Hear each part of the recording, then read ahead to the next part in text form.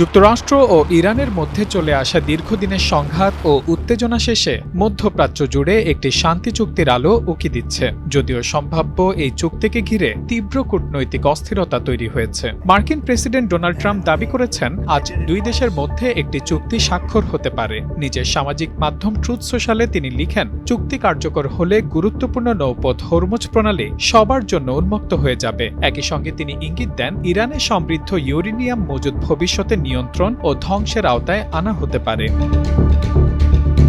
তবে ট্রাম্পের এই সময়সূচি নিয়ে ভিন্ন অবস্থান জানিয়েছে ইরান। দেশটির পররাষ্ট্র মন্ত্রণালয়ের মুখপাত্র বলেছেন, চুক্তি স্বাক্ষরের নির্দিষ্ট সময় নিশ্চিত নয় এবং রোববারই এই চুক্তি হচ্ছে এমন তথ্য সঠিক নয়। এরই মধ্যে মধ্যস্থতাকারী দেশ পাকিস্তান জানিয়েছে আগামী 24 ঘন্টার মধ্যে চুক্তি চূড়ান্ত হওয়ার সম্ভাবনা রয়েছে এবং ইলেকট্রনিক স্বাক্ষরের প্রস্তুতিও চলছে। ফলে আলোচনার অগ্রগতি থাকলেও সময় নিয়ে অনিশ্চয়তা রয়ে গেছে।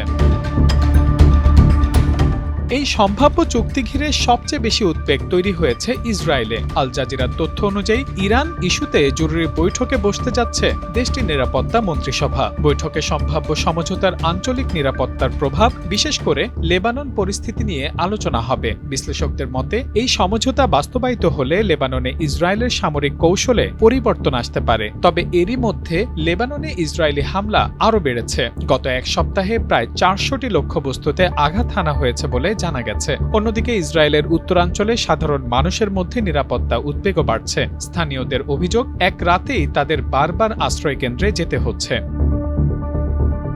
এদিকে চুক্তির খবরে ইরানি জনগণ প্রতিবাদ জানাতে রাস্তায় নেমে এসেছে। শনিবার মাশহাদে পররাষ্ট্র মন্ত্রণালয়ের কার্যালয়ের সামনে বিক্ষোভ করে ইরানিরা। সেখানে তারা সমঝোতার বিরোধিতা করে স্লোগান দেয় এবং আলোচকদের কঠোর সমালোচনা করে।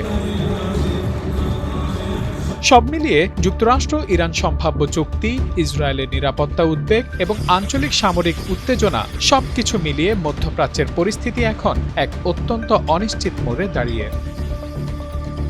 Mahmudul Hasan, Times today.